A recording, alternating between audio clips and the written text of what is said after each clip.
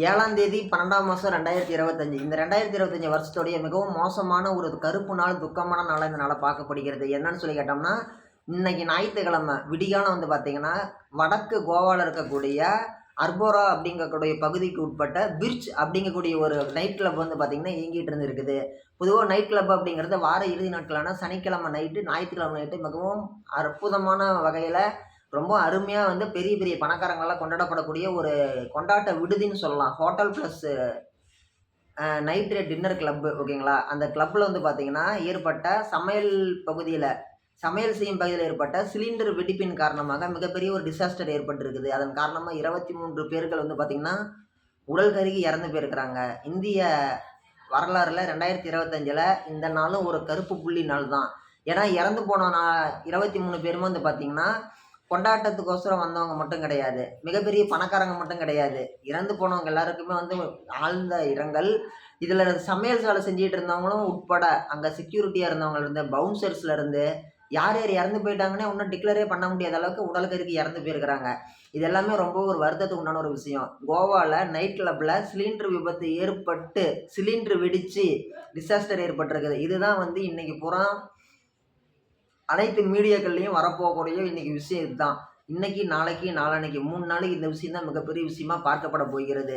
உண்மையாலுமே இது ஒரு வருத்தத்துக்கு உண்டான ஒரு விஷயம். யாருமே எதிர்பார்க்க மாட்டாங்க. இப்போ அந்த இடத்துக்கு சிலிண்டர் வெடிக்குன்னு சொல்லி நினச்சி யாரும் போகிறது கிடையாது.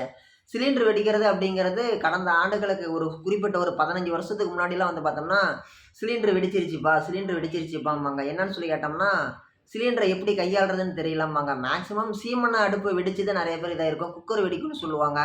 ஆனால் சிலிண்டர் வெடிச்சிருச்சு அப்படிங்கிறது இவ்வளோ பெரிய ஒரு ஹைஜெனிக்கான ஒரு பீச் ஹோட்டலில் வந்து பார்த்திங்கன்னா இந்த மாதிரி வெடிச்சிருச்சு அப்படிங்கிறது யாருமே ஏற்றுக்க முடியாத ஒரு விஷயமா தான் கருதணும். என்னன்னு சொல்லி கேட்டோம்னா ஒரு சின்னதாக ஒரு ஹோட்டல் வச்சுருக்கிறவங்கள கூட வந்து பார்த்தோம்னா 300 ரூபாய்க்கு நீங்கள் கேஸ் டியூப் வாங்கி போடுறீங்களா, 500 ரூபாய்க்கு வாங்கி போடுறீங்களான்னு கேட்டால் நான் 500 கேஸ் டியூப் வாங்கி போடுறேன், எனக்கு வந்து சேஃப்டி ரொம்ப முக்கியம்பாங்க.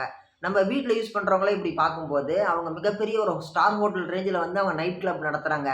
அப்படிங்கும்போது அவங்க எவ்வளோ அமௌண்ட் அவங்க வந்து டொனேஷனாக வாங்குவாங்க, எவ்வளோ அமௌண்ட் சார்ஜ் பண்ணுவாங்க. ஸோ அப்படி இருக்கும்போது அவங்க எந்த அளவுக்கு அதிகப்படியான அளவில் வந்து ஒரு நடுநிலைத்தன்மையோட அவங்க சேஃப்டி அண்டு பாதுகாப்பு நடவடிக்கைகளை எவ்வளவு துல்லியமாக அவங்க மேற்கொண்டிருப்பாங்க. அதையெல்லாம் தாண்டி சிலிண்டர் வெடிச்சிருச்சு அப்படிங்கிறது எந்த விதத்தில் ஏற்றுக்கக்கூடிய ஒரு விஷயமா இருக்கும்னு எனக்கு தெரியல. ஒரு ஆக்சிடெண்ட்டு அப்படின்னா ஒரு கரண்டில் வந்து ஏற்பட்ட மின்சாரத்தில் ஏற்பட்ட ஃபோர்ஸ் காரணமாக இந்த மாதிரி விபத்து நடந்துருச்சுன்னு சொல்லுவாங்க பெரும்பாலும் ஓகேங்களா. என்ன ஒரு மின்கசிவு ஏற்பட்டது, ஒயர் வந்து ஹை வோல்டேஜ் கரண்ட் காரணமாக ஒயர் எரிஞ்சு போச்சு இப்படிலாம் சொல்லுவாங்க. ஆனால் இது சிலிண்டர் வெடிச்சிருச்சு அப்படிங்கிறது உண்மையாலுமே ஒரு சந்தேகத்தை எழுப்பக்கூடிய ஒரு விதமாக தான் இருக்குது. சிலிண்டர் இன்றைக்கி இந்த 2025 எடுத்துக்கோங்க, கடந்த 5 வருஷத்தில் எத்தனை இடத்துல சிலிண்டர் வெடிச்சிருக்குது, மேக்ஸிமம் ஹோட்டல்ஸில் எங்கெங்கே வெடிச்சிருக்குது, எங்கேயுமே வெடிச்சது கிடையாது. ஸோ இவங்க எப்படி திடீர்னு எல்லாம் இல்லாமல் அந்த ஒரு நாள் மட்டும் கரெக்டாக அன்றைக்கி வெடிச்சிருக்குது, இது உண்மையாலுமே ஒரு நிறைய கேள்விகளை நம்மளுக்குள்ளாடி கேட்குது.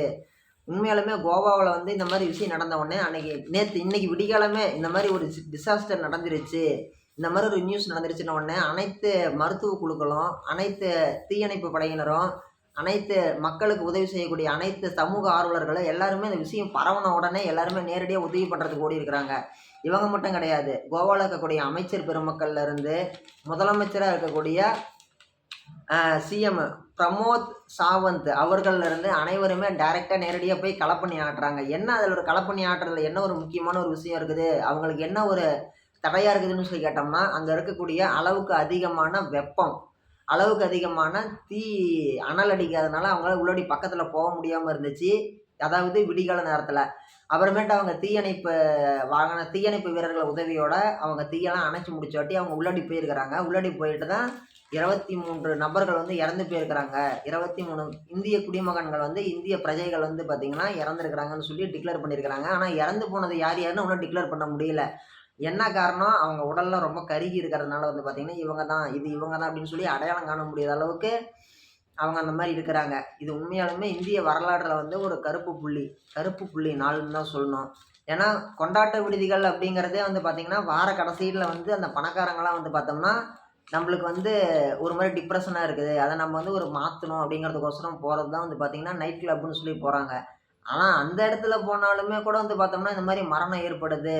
அந்த 23 பேரில் வந்து பார்த்திங்கன்னா ஒரு 10 பேராச்சும் வந்து பார்த்தீங்கன்னா, அந்த டென்ஷன்லேருந்து ரிலீஃப் ஆகணும் அப்படின்னு சொல்லி வந்தவங்களா தான் இருப்பாங்க. மனித உயிர் அப்படிங்கிறது விலை மதிக்க முடியாத ஒரு உயிர் தான். ஆனாலுமே கூட இதில வந்து கலந்துக்கிட்டவங்க வந்து பார்த்தோம்னா, இந்த மாரி ஒரு ஸ்ட்ரெஸ்லேருந்து நம்ம வெளியில வரணும். இந்த மன அழுத்தத்திலேருந்து வெளியில வரணும். இந்த தொந்தரவுலேருந்து நம்ம வெளியில வரணும். நம்மளுக்கு வார கடைசினால நம்ம கொஞ்சம் நிம்மதியா இருக்கணும்னு சொல்லி வந்தவங்களும் இருப்பாங்க. அப்படி வந்தவங்க தான் வந்து பார்த்தீங்கன்னா, இந்த மாரி இறந்து போகக்கூடிய ஒரு சூழ்நிலைக்கு உள்ளாகியிருக்கிறாங்க. இப்படி அவங்க இறந்து போயிட்டாங்களே, இவங்க கம்முனு நேத்து நைட் அங்க கிளம்பி போகாம வூட்லயே இருந்திருந்தாங்கன்னா கூட இந்த மாரி ஆயிருக்காது. எல்லாமே வந்து நேரம் அப்படின்னு தான் சொல்லணும். உண்மையாலுமே அங்க வந்திருக்கிற எல்லாருமே இறந்திருக்கல. இந்த மாரி இன்சிடென்ட் நடந்த உடனே ஃபயர் அப்படிங்கிறது எவ்வளோக்கு எவ்வளோ உடனடியா பரவும் அப்படிங்கிறது நம்ம எல்லாத்துக்குமே தெரியும். இந்த ஃபிராக்சர் ஆஃப் செகண்ட்ஸ்ல இருந்து பார்த்தீங்கன்னா, ஃபயர் அப்படிங்கிறது டோட்டலா அப்படியே பிளாஸ்ட் ஆகக்கூடியது வந்து பார்த்தீங்கன்னா, சிலிண்டர் வெடிப்புங்கிறதே பிளாஸ்ட் தானே. அப்படி பிளாஸ்ட் ஆகும்போது, அந்த வாசப்படிக்கு பக்கத்துல இருந்தவங்க, இவைங்கலாம் வந்து உடனடியா தப்பிச்சு வந்துட்டாங்க. மித்தபடி அங்க உள்ளாடி இருந்தவங்க தான் வந்து பார்த்தீங்கன்னா மாட்டிக்கிட்டாங்க. இதிலேயே கூட வந்து பார்த்தோம்னா, நெறைய பேரு காயம் அடைஞ்சிருக்கிறாங்க.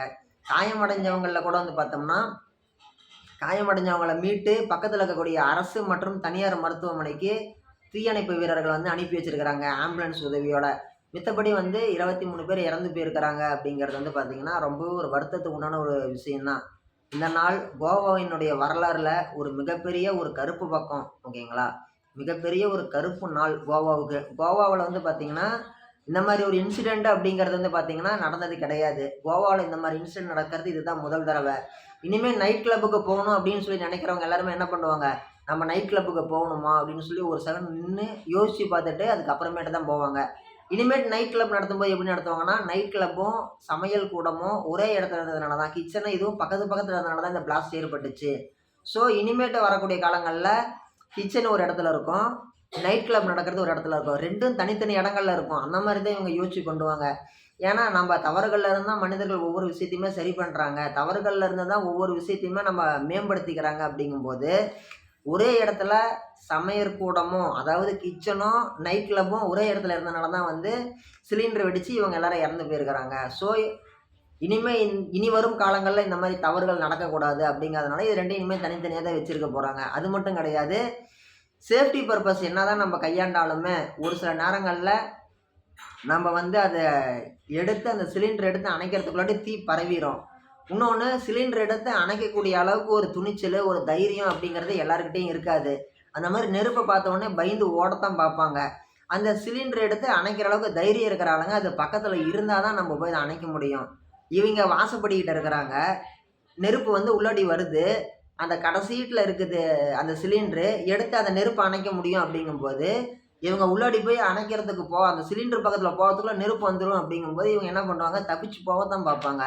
நம்மளுக்கான சேஃப்டி பர்ப்பஸ் அப்படிங்கிறது நம்மளால மெயின்டெயின் பண்ண முடியுமோ, அந்த அளவுக்கு நம்ம மெயின்டெயின் பண்ணணும்.